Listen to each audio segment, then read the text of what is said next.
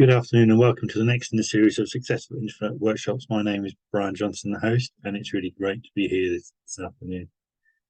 I really hope you are keeping safe and warm in what is a very wet day here in London. And yeah, the week seems to be flying by.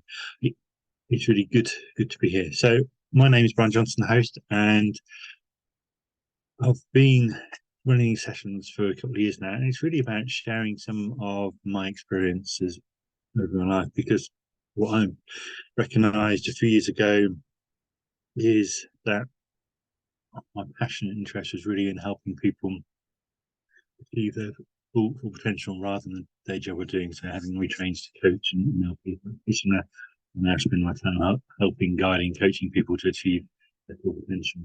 And it's been such a great journey for me. And one of the things I really notice people struggled with is interviews. And today we're just going to dip our toe into some of the key areas to start thinking about. This is a massive subject, days and weeks of going through everything that we should be working on with regards to interviews.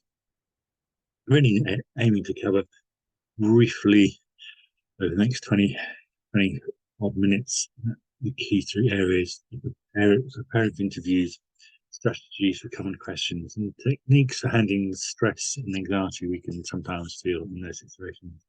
So I have been there and felt really stressed and nervous, and having made myself get overwhelmed with the situation, so I don't perform as well as I can. And the starting point I came to realise is getting the preparation ready for interviews. Preparation is always a key thing, and it's more than just doing the research on the company.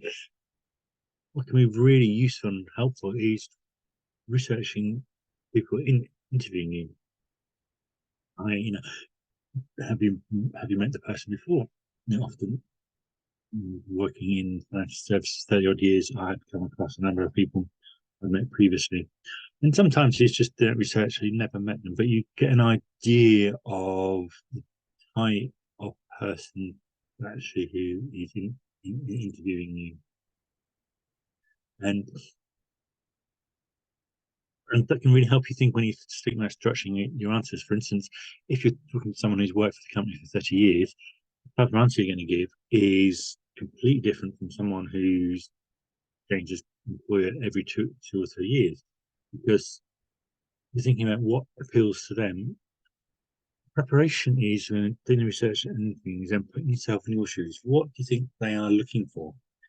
Understanding that person, you can understand where they're coming from. So someone who's loved working for that company for 30 years, it's going to want to see some of that loyalty in you, and structuring your answers has been really helpful. So the research can do that. And you can find common areas.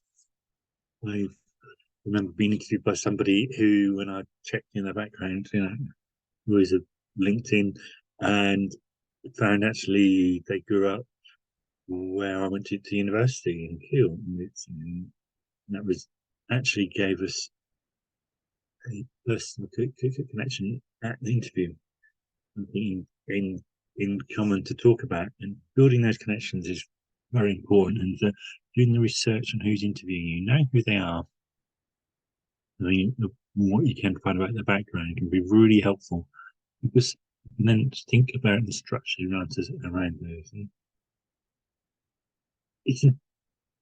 it's important to also, you understand why they're working in the company, what their background is. Are they moving career progression, or are they working there because they enjoy it and give something to relate to? Is really a good sounding point for the preparation you're doing. And also, it's been able to summarize what the company does. Do you know the company's mission statement? It is demonstrating that you have looked at the website, you've read the information on the website, you might have even read through the company reports. It's getting an idea of what's going on. Have you read their latest posts on LinkedIn page, X page, it's whatever, Facebook. Where is the company online? Are you actually looking at those, and have you read what they're doing? Are they posting thought articles on things they're working? Are they posting about their latest project? Whatever. Can you recognise? So, doing your research, you can actually, yeah, I know this company has been around for 20 years. They are a leader in this area. Vendors are really focused on this. And knowing that background, is can actually, this person's done their research, and this is really key. What about thinking about what personalise a company does and how that relates to what you're looking for in the job? This background information can then really starts to lead you on to start thinking about strategies for common questions. And preparation is key, and it's not necessarily about learning answers off rote, to speak for 2 minutes. And sometimes it's understanding what is wanted from the question. So, tell me about yourself. I've I've done interviews with people in my previous roles, and asking that general open question, tell me about yourself, is our purpose of the question is really to put yourself at ease and try and build some common connection. I've sat in interviews and someone give them a 5-minute monologue of their entire life, and people can lose the will to live. They don't want to hear a 5-minute monologue. It's about key highlights. Maximum 2 minutes talking about yourself. It's what is key, what is important to the role you're doing. How does what you've done in the past relate to what you're doing?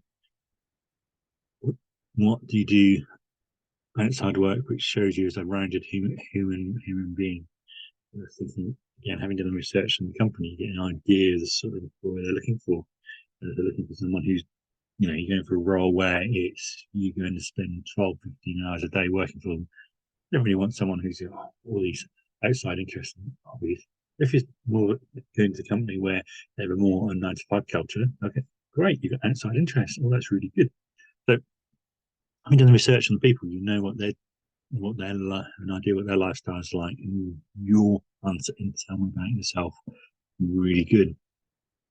So, me, for instance, I would basically start my background is I left school at 16 because of family situations and went into the world of work. I really had the desire to be the first in my family to go to university. I have no idea where that idea came from.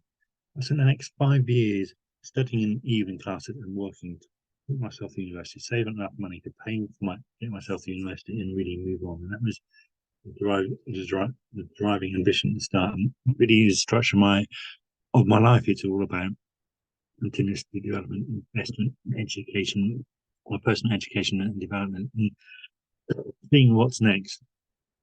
Constant learning and exploring, learning new skills, learning new information. And so that's the starting point of my story. That's telling about myself. And I would maybe drop in, the concept of always, volunteering charity work in there, linked to my Christian faith, and the importance of family and doing stuff outside work is where the balance is. And that's all about myself and structuring that story, around the company I'm going for is really important. So it's really worth really writing that out and going, actually, what does it tell me? And you're not looking for in-depth detail. Just that the concept is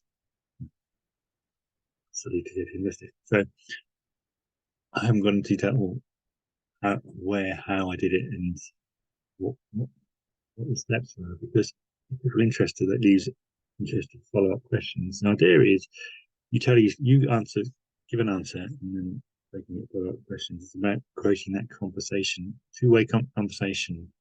Trying to create, it's not they ask a question, you do an answer, and for the next question, it's about a bit of to trying really good help build that relationship.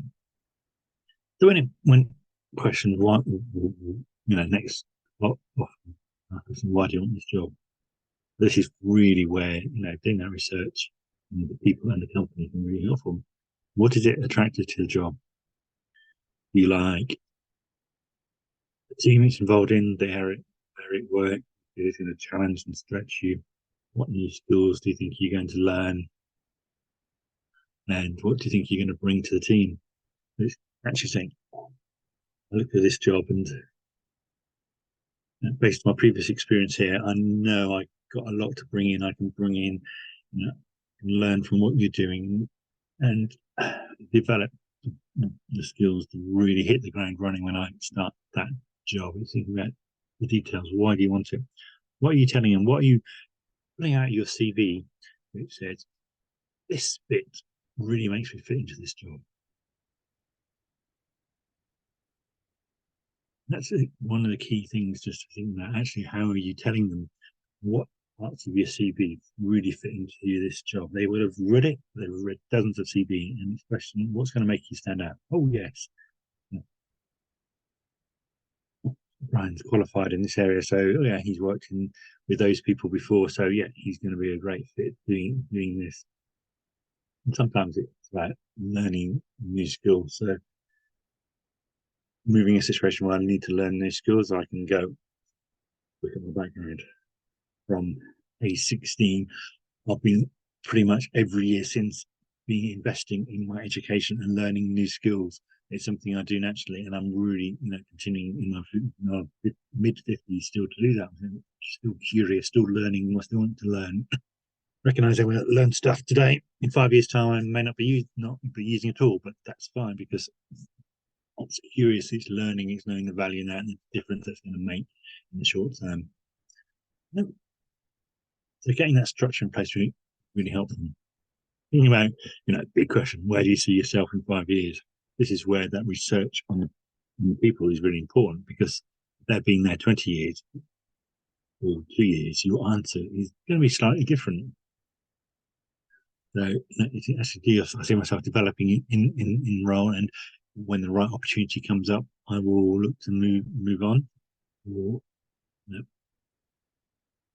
see myself building my, this is 5 years' time. If the opportunity doesn't rise, I will be moving on elsewhere. But I think I will learn and provide so much value over the next 5 years in your company. You will appreciate it. Honestly, it depends. Knowing what the role is, it depends. Is it a role people stay in for a long time? Is it a role people only stay in a couple of years? Do people work at the company for a long time, or do they move on every 2 or 3 years? And understanding that structure that answer. It's about giving the answer they're looking for to enable them to go, actually, this person is the right fit. When it comes to strengths, weakness, is you want your strengths, your weakness, as big as successes, failures. A big question. It's all about, the key is really restructuring the answer to this question in the positive. We need to look at weaknesses and failures. Actually, what did I learn from this situation? How did I develop that? So I recognized 10 years ago, my public speaking skills were terrible. I didn't, I really felt super nervous and stumbled and stuttered over my words in presentations, and I recognized something needed to change. That was a big weakness. I, freeze up in meetings. I had to learn a different skill. I went to them. I look with failures of frustration of not getting my words out. And, I did something better. I trained. I joined Toastmasters, learned a lot about public speaking, inspired about what the potential is to become a greater public speaker. And this continuously a journey I'm on. And that's really the weakness is making presentations and learning from it and building on these skills. And I've talked about previously how coming in to a new role halfway through a project and realizing actually it just needs to press the pause button and reset the whole project because the setup just wasn't quite there and the controls weren't in place. The project manager is important actually willing to pause a contract. Actually, we just need to get this sorted out so we can deliver this project. And just really thinking about these things and what we've done in the past, and it's really thinking through those questions.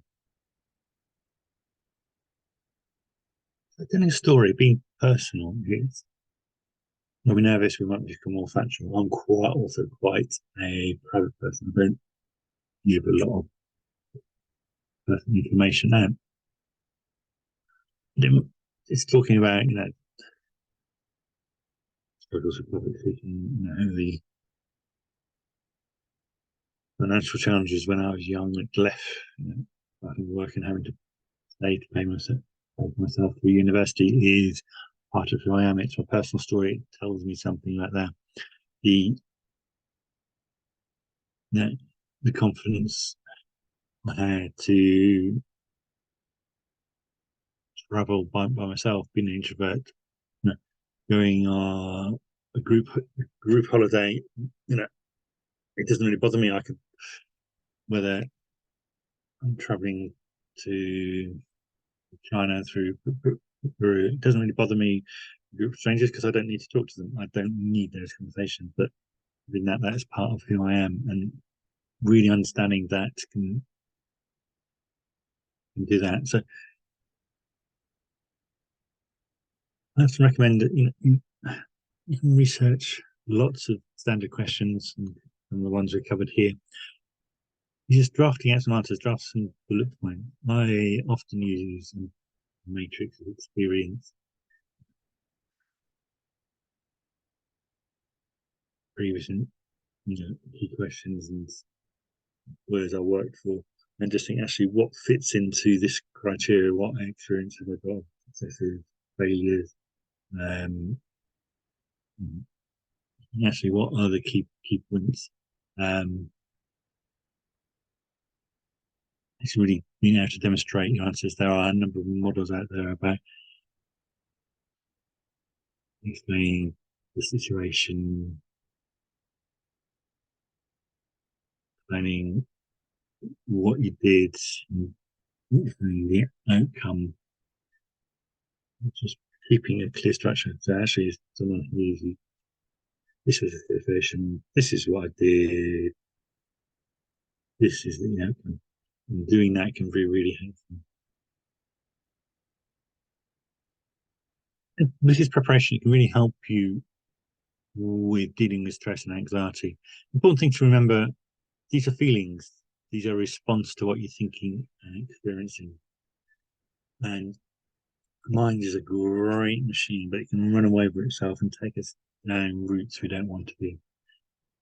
And having studied NLP, something I've increasingly noticed that I've made massive changes to the language I use to describe situations and take control of how I'm feeling situations, becoming increasingly self-aware. So it becomes a question, what am I feeling stress about? What is making me anxious? And asking yourself those questions. Now, just what is stressing?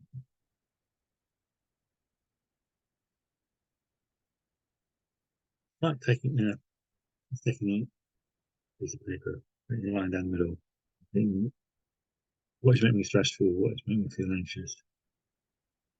Okay to feel these feelings. If we want to change them, we can just, write them down. With strangers, I may say the wrong thing. May not get the job. May get the job. And they're very high level things. It's then writing it down actually what makes that outcome stressful.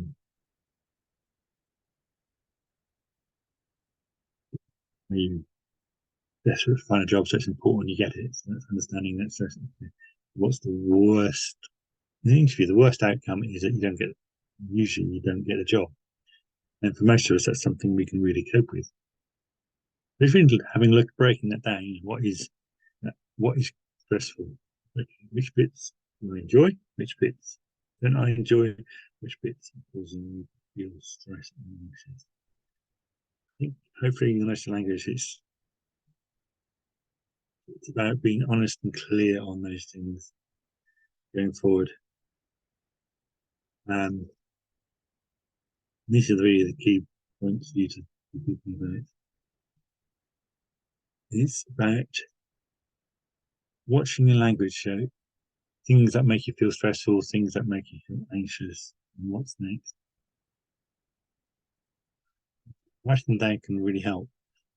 And just you write them down, you can see actually which of these can I control? These kinds of control. You get that curiosity about why does that make me feel stressful? What is it about interview that causes me to feel stress? For me, that's the key question. Actually, I don't know what's going on. I just really need someone to help me with the situation. And this is the key. If you can understand what is causing stress and anxiety, you can then choose. You have the power to choose whether to allow that to make you feel stressed and anxious. You have that power. That's a quite important thing to remember.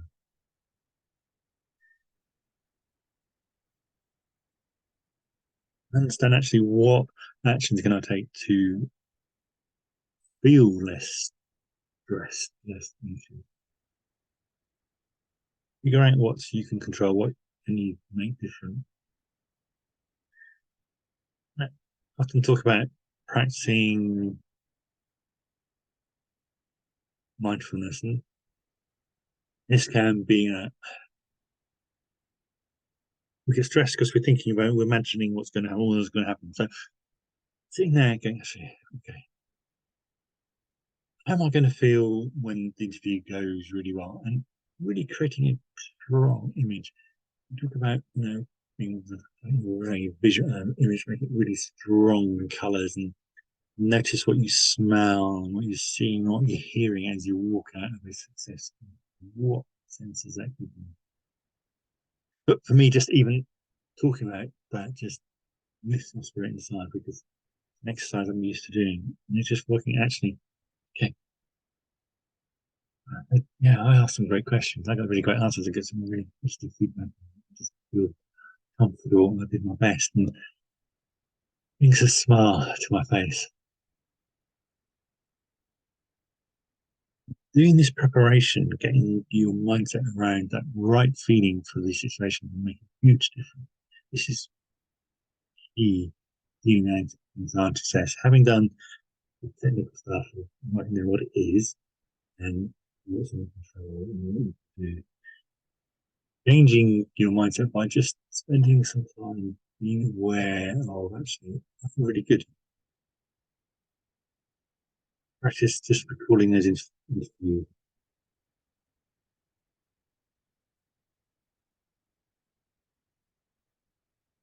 Just when you're ready to go in, it's just okay. This is going to be great.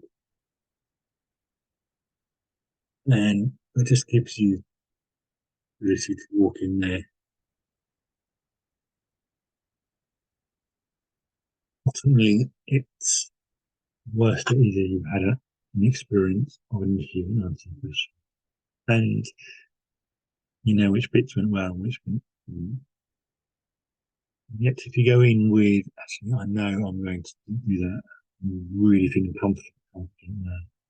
You can go in there with a smile, make eye contact, give a firm handshake, and give your best. Appreciate today we really rush through all the possible things about. It's really think about actually what you're going to do different. Self improvement is all about figuring out what you're going to do different. Some days it's small, some days it's big. All about actually I can do something different every day. If you want to learn more, please, feel free to get in touch. Just Then you can email me at brian@brianpauljohnson.com, scan the QR code to book some time in my diary. I really love to know what you think. Personally, I really enjoy doing these because I learn so much about myself, how much I'll prepare in advance, and I'm presenting it live. Amazing the number of different thoughts and ideas that come into your mind, which didn't come before. It's about, oh, there's so much trapped inside. We're realizing that it's fun, it's enjoyable, and you know, you wouldn't have found me doing these things 4 years ago because I would have run away from them. But now I think, oh yeah, it's Thursday, 4:30. Let's just get on and crack on and do that presentation because it's going to be really fun.